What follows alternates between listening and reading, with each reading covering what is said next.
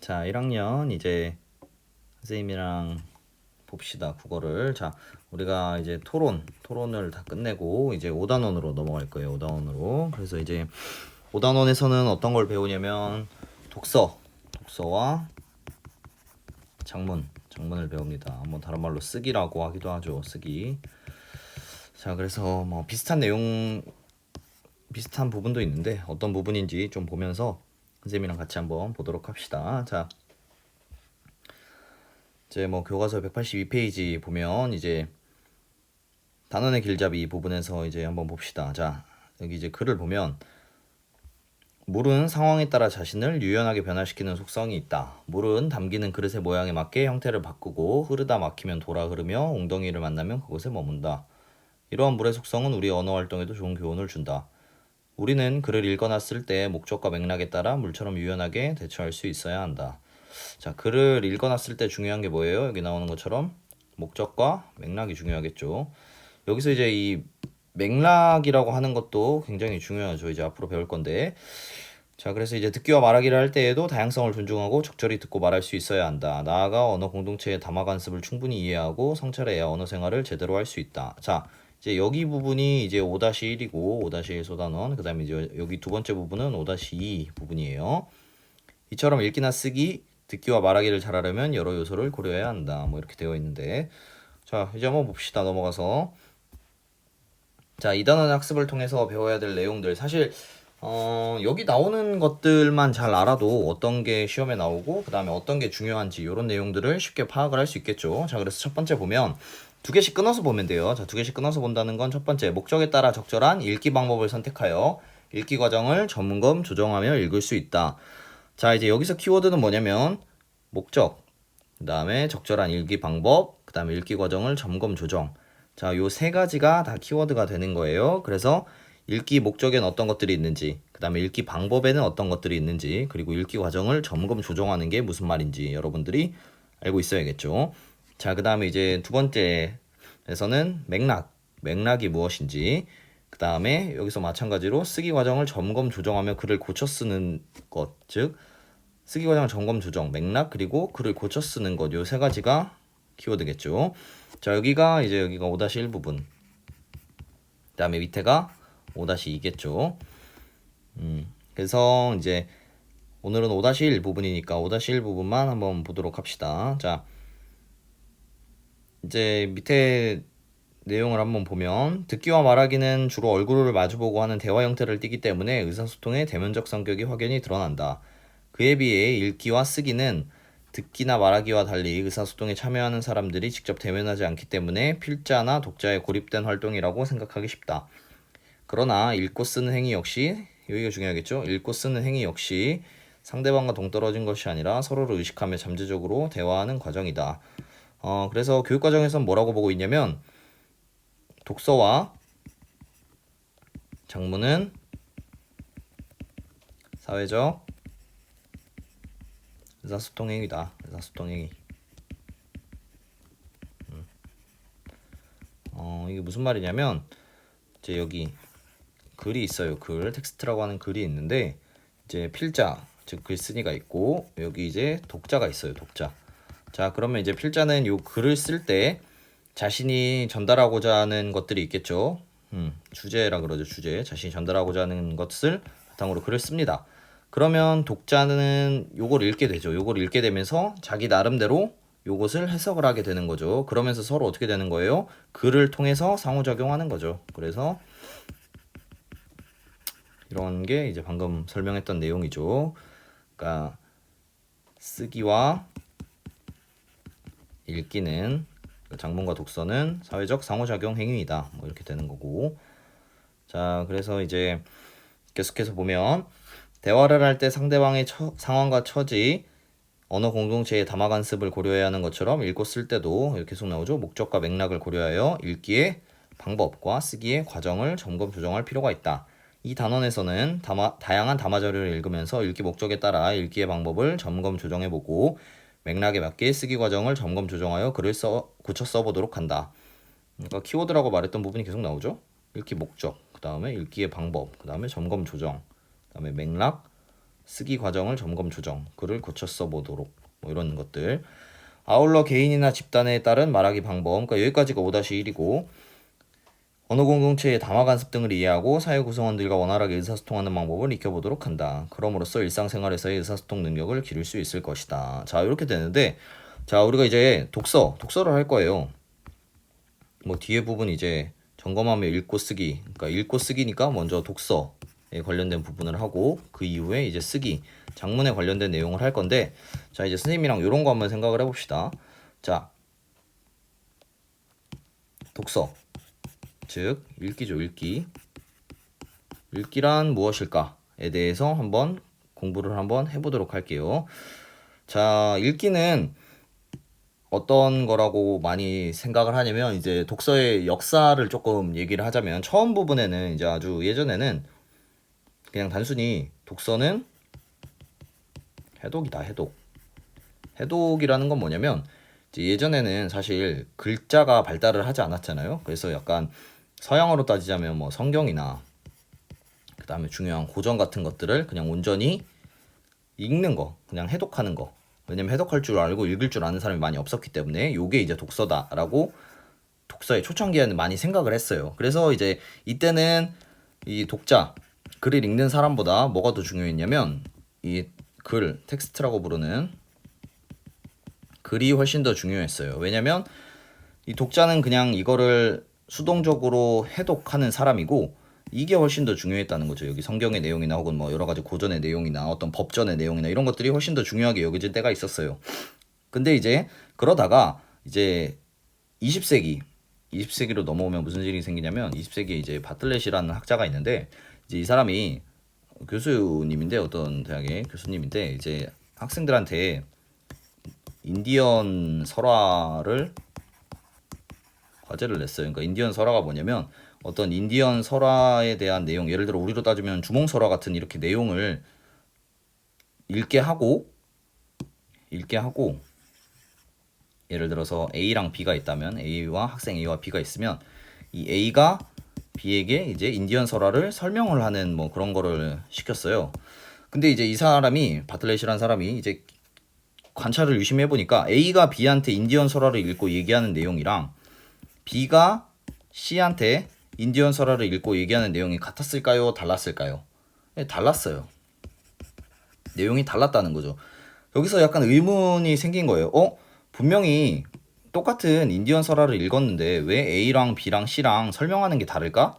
이거에 대해서 의심을 하기 시작했어요. 그래서 뭔가 이 예전의 독서는 글이 굉장히 중요하다고 생각했는데 지금 보니까 이 글보다 이 독자들의 뭔가 키워드가 있는 것 같다, 힌트가 있는 것 같다라고 생각을 처음으로 하게 되었어요. 그래서 이 글이 중요한 게 아니라 오히려 독자가 훨씬 중요하구나. 왜냐면 읽는 사람에 따라서 글 내용이 달라지기 때문이죠. 그러니까 텍스트는 고정이 되어 있는데 인디언 설화의 내용은 그걸 읽는 사람마다 다르게 해석을 한다는 거예요. 그래서 여러분들도 사실 영화 같은 거 한번 생각해 보세요. 영화나 드라마 누군가에게 설명을 해줄 때 같은 영화나 드라마를 봤지만 얘기하는 사람에 따라서 내용이 어떻게 돼요? 다 다르죠. 다르다.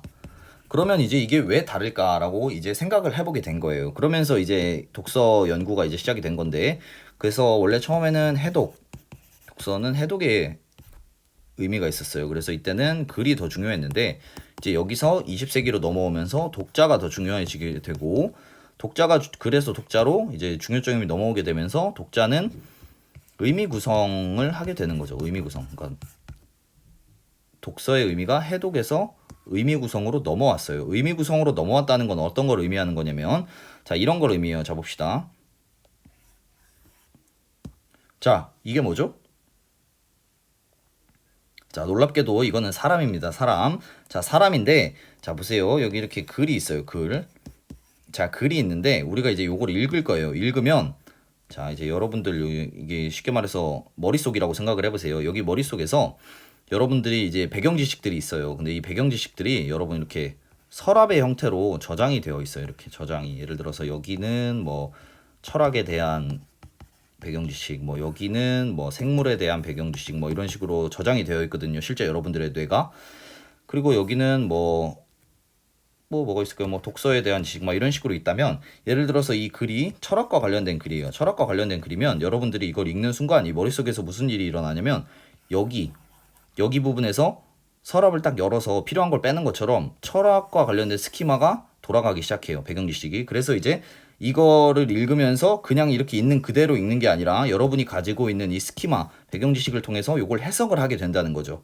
그러면서 새롭게 의미를 구성하게 된다는 거예요. 그게 이제 의미 구성의 의미예요.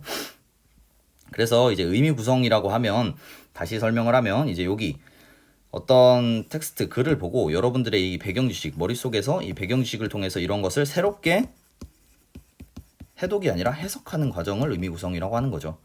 그래서 독서라는 것은 사실 이게 인지주의를 바탕으로 하고 있는데 인지주의에서는 이제 이렇게 여러분들의 배경 지식 즉 스키마를 활용해서 같은 글이라도 읽어내면서 독자에 따라서 배경 지식에 따라서 글 내용을 다르게 만들어가는 것이다. 이게 이제 독서의 의미다. 그래서 한마디로 이제 독서라는 것은 우리 교육과정에서도 뭐라고 하고 있냐면 의미 구성이다. 의미 구성 행위이다. 의미 구성이라는 것은 이제 스키마는 이제 지식의 총체를 말하는 거죠. 배경 지식의 모음, 스키마를 통해서 새롭게 의미를 해석하는 것이다. 해석하고 만들어가는 것이다. 만드는 것. 이게 이제 독서의 정의예요. 그래서 여기서 굉장히 중요한 건 요 스키마라는 개념인데 스키마라는 건 선생님이 말한 것처럼 배경 지식의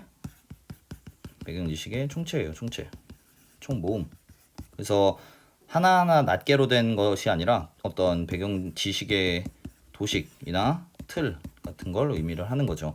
그래서 여러분들 그런 거 생각하면 돼요. 비문학을 할 때 어떤 친구는 예를 들어서 예술과 관련된 글을 잘 읽고 어떤 친구는 과학과 관련된 글을 잘 읽고 이런 친구들이 있죠. 잘 읽는다는 건 이해가 굉장히 잘 된다는 건데 여기 글에 나오는 내용을 자신의 언어로 빠르게 바꾸는 거예요. 여기서 자신의 언어로 빠르게 바꿀 때 스키마가 작용을 한다는 거죠. 그래서 여러분들 뭐 독서를 많이 해라, 뭐 관련 영상을 많이 봐라, 뭐 이런 얘기를 하는 이유가 뭐냐면 이것들이 다 여러분들의 스키마가 돼서 글을 읽을 때 적극적으로 여러분들의 의미 구성에 도움을 주기 때문이에요. 그래서 이제 이런 게 있는데 선생님이랑 같이 이런 거 한번 봅시다. 자, 스키마는 여러분들의 배경 지식의 총체라 그랬는데 자, 스키마의 기능 같은 걸 설명을 할 때 많이 드는 예시를 선생님이 한번 보여줄게요. 자, 봅시다. 여기 이렇게 글이 있는데 자, 요 글을 읽고 여러분들 선생님이랑 같이 한번 생각을 해볼게요. 자, 봅시다. 이게 무엇을 설명한 글인지 한번 판단을 해보세요. 자, 절차는 실제로 매우 단순하다. 먼저 항목들을 몇 종류로 분류한다. 물론 해야 할 양이 얼마나 되느냐에 따라서 때로는 한 묶음으로도 충분할 수가 있다. 시설이 모자라 다른 곳으로 옮겨야 한다면 그렇게 한다. 그렇지 않으면 이제 준비는 다 된 셈이다. 중요한 것은 한 번에 너무 많은 양을 하지 말아야 한다는 점이다. 아예 한 번에 조금씩 하는 것이 너무 많은 양을 한 번에 하는 것보다 차라리 낫다. 이 점은 얼핏 보기에는 별로 중요한 것 같지 않으나 일이 복잡하게 되면 곧 이유를 알게 된다. 한 번의 실수는 그 대가가 비쌀 수도 있기 때문이다. 이 모든 절차는 처음에는 꽤 복잡하게 보일지 모르나 곧 이 일이 생활의 일부분임을 알게 된다. 일단 이 일이 끝난 다음에는 항목들을 다시 분류한다. 그리고 적당한 장소에 넣어둔다. 이 항목들은 나중에 다시 사용될 것이다. 다음에도 지금까지의 모든 절차는 반복될 것이다. 자, 이거 읽는 순간 여러분들 아마 생각은 이렇게 될 거예요. 이게 뭐임? 이게 뭐지? 하면서 이렇게 물음표가 좀 많이 찍혔겠죠. 자, 이게 뭘까요? 뭐에 대해서 설명한 글일까요? 혹시 알 수 있는 친구가 있으려나? 자, 요거는 세탁하기예요. 세탁하기. 세탁과 관련된 글이에요. 자, 이제 이거를 설명하는 순간 여러분들의 여기 스키마에는 요게 들어갔겠죠? 자, 그리고 한번 봅시다. 절차는 실제로 매우 단순하대요.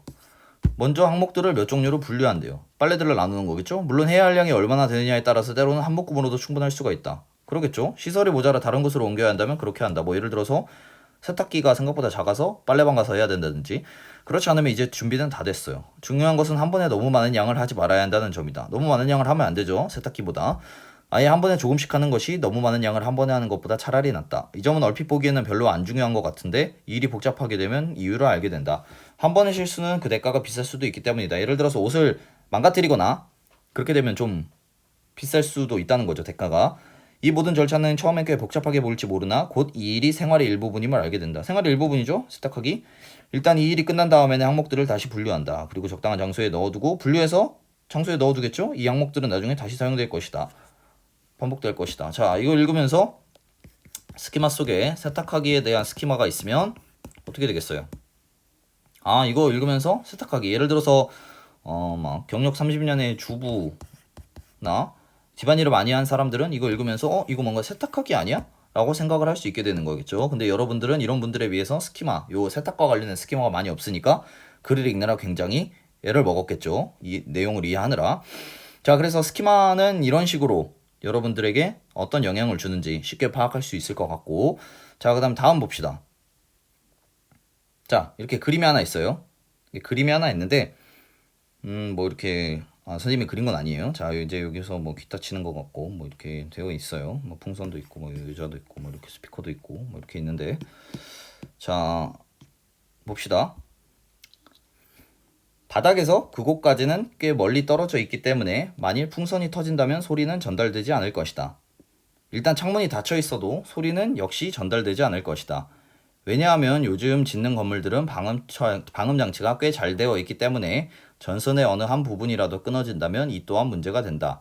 물론 젊은이가 크게 소리를 지를 수도 있다. 그러나 인간의 목소리는 그 정도의 거리에까지 도달할 수 있을 만큼 크지는 않다.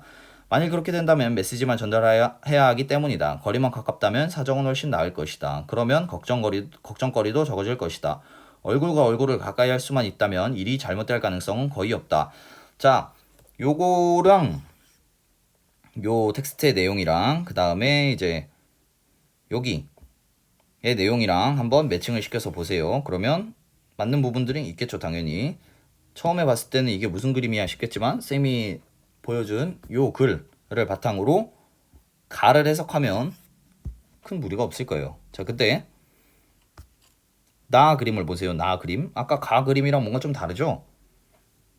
나 그림은 좀 다른데, 자, 이 역시 마찬가지로 요 동일한 텍스트를 가지고 한번 그림을 봐보세요. 선생님이랑 같이 보진 않을 텐데, 자, 한번 확인을 해보세요. 그러면 여러분들이 아까 선생님이 처음에 얘기한 것처럼 텍스트, 글은 그대로인데 여러분들의 스키마에 따라서 내용이 다르게 해석된다는 것을 바로 파악을 할 수 있을 거예요. 자, 그래서 이 지금 현대 즉 인지주의 관점에서는, 다시 돌아와서 인지주의적 관점에서는 독서는 의미 구성 행위이고, 이제 여기서 제일 중요한 것은 어떤 거냐면 이제 스키마다, 스키마. 그래서 우리가 글을 읽을 때는 스키마가 굉장히 중요한데, 그래서 스키마의 기능에는 또 몇 가지가 있겠죠. 스키마의 기능은 이제 첫 번째로 추론의 기능이 있어요. 추론. 여기서 말하는 건 의미를 추론한다는 거겠죠. 의미를 추론한다는 건 뭐냐면, 추론의 의미는 생략된 정보를 파악한다든지, 그 다음에 기존의 정보를 바탕으로 연결지어서, 기존의 정보들끼리 연결지어서, 기존의 정보를 바탕으로 연결지어서 새로운 의미를 발견하는 걸 추론이라고 합니다. 자, 그래서 이 스키마는 여러분들에게 추론의 기능을 하게 합니다. 추론의 기능을 하게 하고, 자, 그 다음에 이제 두 번째로는 어떤 걸 하냐면 신정보를 구정보에 동화시킨다. 이제 이게 중요하죠. 신정보를 구정보에 동화시킨다. 자, 어떤 글을 읽고, 여러분 비문학 푸는 거 생각해 보세요. 이제 글을 읽고 문제로 풀 건데, 스키마가 많이 있으면 해당 분야에, 예를 들어서 여러분들 이번에 뭐 핵분열 이런 거 나왔었죠. 핵분열, 핵융합 이런 거에 대한 지식이 많이 있으면 글이 어떻게 읽혀요? 되게 쉽게 읽히죠. 근데 여러분들 헌법 잘 안 읽혔죠. 왜 안 읽혔어요? 여러분이 안 읽으려고 안 읽은 게 아니잖아요. 그죠? 그건 뭐예요? 스키마가 많이 없었던 거예요, 그 분야에. 그래서 이제 이 신정보, 여기 새로 나오는 정보를 구정보, 여러분들이 알고 있는 이 도식을 동화시킨다는 거죠, 스키마가. 그래서 이러한 게 있고, 그 다음에 이제 스키마는 세 번째는 정보를 위계적으로 구조화한다. 정보를 위계적으로 구조한다. 위계적이라는 말은 이렇게 층위가 있게 구조를 한다는 거죠. 막 이렇게 지저분하게 하는 게 아니라. 자, 그 다음에 마지막으로는 스키마는 여러분들의 기억과 회상에 도움을 준다. 그래서 스키마의 기능이 당연히 중요하겠죠. 그래서 정보 추론을 할 수 있게 도와주고, 신정보를 구정보에 동화할 수 있게 해주고, 정보를 위계적으로 구조할 수 있게 해주고, 기억과 회상에 도움을 주는 게 스키마의 기능이에요. 자, 그래서 이제 독서라는 것은 의미 구성 행위다. 의미 구성 행위. 그래서 이제 이 독서라는 게 그냥 단순히 글을 읽는 게 아니라 글을 읽으면서 어떻게 의미 구성을 했는지 여러분들에게 물어보는 거죠. 자, 그래서 아까 우리가 이 교과서에서 중요하다고 했던 게 뭐냐면, 여기 처음에 보시면 이 목적에 따라서 적절한 읽기 방법을 선택해서 읽기 과정을 점검 조절할 수 있다 그랬잖아요. 자, 그러면 목적, 읽기 방법, 읽기 과정을 점검 조정에 대해서 얘기를 해봅시다. 이제 독서가 뭔지 알았으니까, 독서가 의미 구성 행위라는 걸 알았으니까. 자, 보면 먼저 독서 목적에는 어떤 것들이 있을까요? 라고 한다면 굉장히 여러 가지가 있어요. 예를 들어서 목적에는 교양이 있고, 교양이라고 하는 거는 그냥 내가 교양을 쌓기 위해서 읽는다는 거죠, 독서를. 그 다음에 이제 문제 해결이 있을 수 있죠. 문제 해결. 내가 어떤 것에 대해서 궁금하니까 뭐 그 문제를 해결하기 위해서 읽는 거죠. 자, 그 다음에 또 어떤 게 있냐면, 예를 들어서 뭐 발표하기 위해서 정보 습득, 어떤 것에 대해서 발표하기 위해서, 어떤 사람을 면담하기 위해서 관련된 책을 읽는다든지, 이런 식으로 뭐 그 밖에도 뭐 여러 가지가 있겠죠. 여가도 있을 것이고 뭐 여러 가지 있는데, 이런 목적에 따라서 뭐가 달라야 된다? 읽기 방법이 달라야 된다.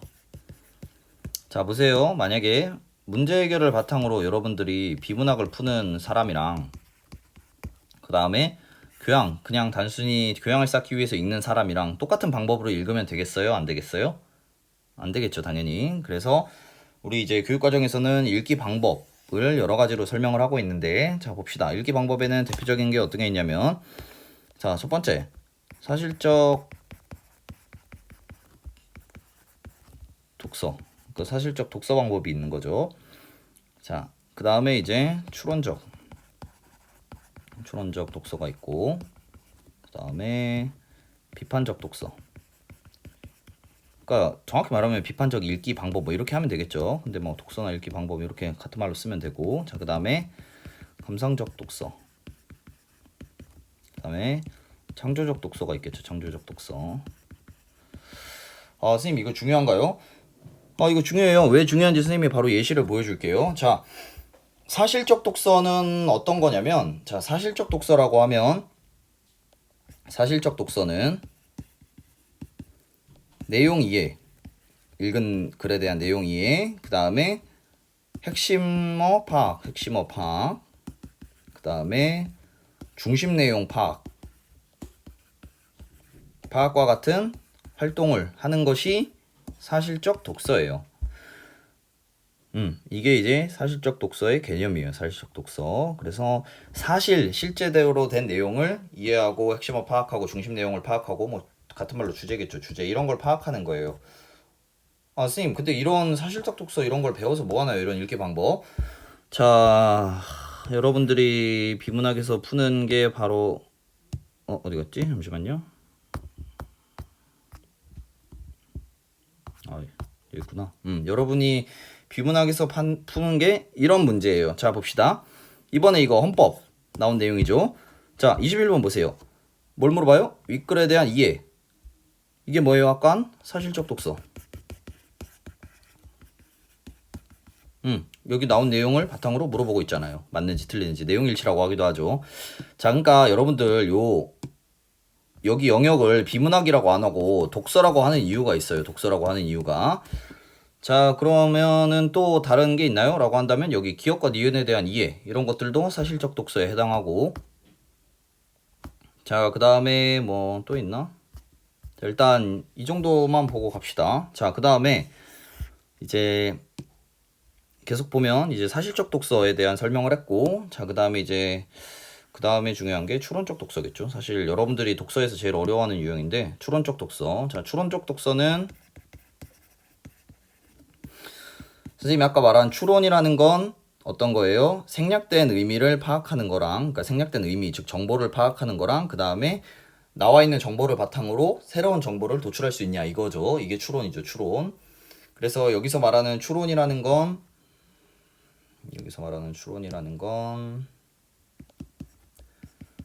생략된 의미나 그다음 혹은 필자의 의도나 그다음에 주어진 정보를 연결해서 새로운 의미를 파악하는 거죠. 이런 걸 추론적 독서라고 합니다. 자, 이런 걸 이제 추론적 독서라고 하는데, 추론적 독서도 마찬가지로 물어보고 있어요, 여러분들한테. 자, 여기 보면 제일 어려워하는 유형이죠. 자, 여기 보세요. 디귿의 전제로 가장 적절한 것은, 여기 디귿 보세요. 손실을 보상하는 것이 아니라 위법한 행정작용 자체를 제거해야 한다. 의 전제가 뭐냐고 물어보는 거죠. 그러니까 여기에 숨겨진 게 뭐냐, 이걸 물어보는 거예요. 숨겨진 내용이 뭐냐. 이게 뭐예요? 추론적 독서죠. 그리고 아예 대놓고 물어보는 것도 있어요. 자, 봅시다. 윗글을 참고하여 보기에 헌법재판소의 판단에 대해 뭐한 내용? 추론.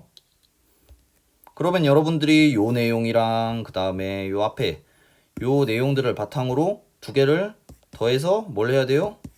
추론을 해야 되는 거죠. 즉 여기 나오는 새로운 의미를 네가 도출할 줄 아냐, 이거를 물어보는 거예요.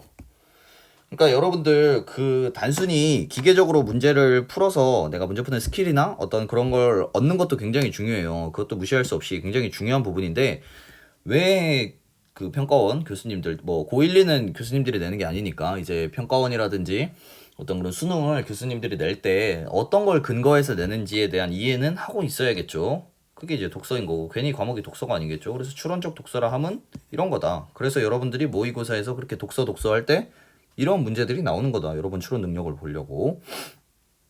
자, 그래서 이런 거고. 자, 그 다음에 이제 비판적 독서 봅시다. 비판적 독서 같은 경우에는 비판적으로 이제 바라본다는 건데, 사실 그래서 여러분들 이게 여기 이렇게 1번부터 5번까지 선생님이 괜히 번호를 매겨놓은 게 아니라, 이게 사실 읽기 수준에 따라서 창조적 독서까지 가면 되게 읽기 수준이 높은 읽기예요. 그러니까 사실적 독서가 되게 어떻게 보면 1차원적 읽기인 거고, 여기 올라갈수록 되게 고차원적 읽기를 수행하는 유능한 학습자인 거죠, 사실. 자, 그래서 비판적 읽기라는 건 뭐냐면 판단을 하는 거죠. 같은 말로 판단하면서 읽는 건데, 이게 어떤 거냐면 필자의 주장이나 정보에 대해서 정보의 타당성, 그 다음에 신뢰성, 공정성을 따지면서 읽는 거예요. 비판적 독서에서는 이런 게 제일 중요하죠. 필자의 주장이나 제시된 정보의 타당성, 신뢰성, 공정성을 따져보는 겁니다. 자, 그렇게 해서 어떤 것들이냐면, 특히 타당성 같은 경우에는 어떤 내용이 나오냐면, 타당성은 주장과 근거가 유기적으로 연결이 되어 있는지를 따져보는 게 타당성이에요. 그래서 논리적으로 연결이 되어 있는지, 혹은 주장은 A라고 하는데 근거는 B라고 하지 않는지, 이런 것들. 그 다음에 이제 공정성 같은 경우에는 주장이 한쪽으로 치우치지 않았는지. 너 공정하지 않아, 이런 말 하죠. 한쪽으로 치우쳐져 있는 상태를 공정하지 않다고 하는 거죠. 그래서 공정성은 한쪽으로 치우치지 않는지. 그 다음에 이제 신뢰성 같은 경우에는 어떤 거냐면, 제시한 자료 혹은 인용 자료가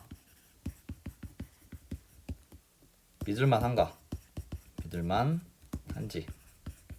그러니까 이 믿을만하다는 건 어떤 의미냐면 전문가의 말을 인용한 거죠. 전문가의 말. 그러니까 관련 분야 전문가, 예를 들어서 스마트폰에 대해서 얘기를 하고 있는데 국어교사의 말을 인용한다든지, 국어교사는 스마트폰에 대한 전문가는 아니죠. 예를 들어 스마트폰 개발자라든지 연구원이라든지 이런 사람들이 전문가겠죠. 전문가의 말을 인용했는지, 그 다음에 출처를 밝혔는지, 뭐 이런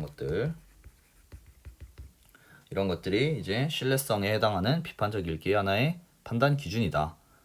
자, 그래서 이제 이런 것들을 따지는 게 이제 비판적 독서인 거고, 당연히 여러분들 그 독서에서도 이런 걸 물어볼 때가 있죠.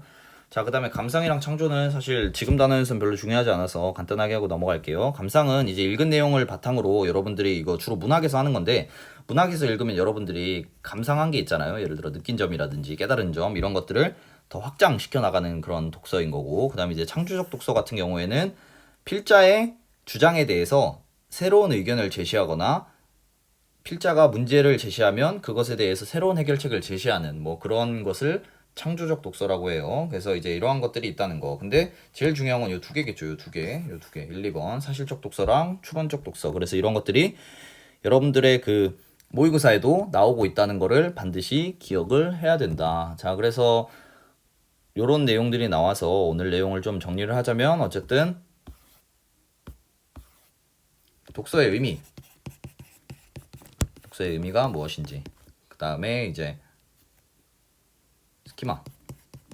스키마란 무엇이고, 개념과 그 다음에 기능이 무엇이 있는지, 그래서 이러한 것들이 있는 거고, 자, 그 다음에 읽기 목적과 그 다음에 방법에 대해서 배웠었죠. 읽기 방법엔 어떤 것들이 있는지. 그래서 이 읽기 방법에서 예를 들어서 이제 뒤에 가면 전략을 배워요. 읽기 전략들을 배울 텐데, 이제 방법과 전략을 사실 비슷한 말로 쓰기도 하는데, 선생님이 아까 말한 사실적 독서 방법 아래에 전략들이 있어요.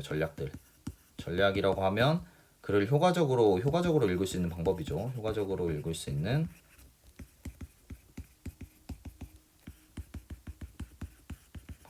독서 방법인데, 예를 들어서 사실적 독서에서는 예를 들어서 메모하기 뭐 이런 것들이 있어요. 메모하기, 밑줄 그으며 읽기 뭐 이런 것들. 그래서 이런 내용들을 이제 다음 시간에 좀 살펴보도록 하고, 오늘 중요한 거는 이제 읽기 목적에는 여러 가지가 있고, 그다음 읽기 방법들에는 그러한 것들이 있다. 사실, 추론, 비판, 감상, 창조 뭐 이런 것들이 있다. 그래서 이런 내용들, 그러니까 여러분들이 고등학교 1학년이니까 이런 것들을 좀 할 수 있는 거죠. 그러니까 기본적인 내용들, 독서가 대체 뭔지, 교육과정에서 뭐라고 하는지, 그 다음에 쓰기는 뭐라고 하는지, 뭐 화법은 무엇인지 뭐 이런 것들을 알아야 여러분들이 나중에 여러 가지 독서 방법이나 독서 전략 이런 걸 배울 때 훨씬 유용하게 쓸 수 있다는 거. 자, 그래서 오늘은 내용을 요 정도로 보고, 다음 시간에 이제 어떤 걸 볼 거냐면 읽기 과정을 볼 거고, 그 다음에 이것을 점검, 조정하는 게 무엇인지 이런 걸 보도록 할게요. 자, 그럼 오늘은 여기까지 하도록 하겠습니다.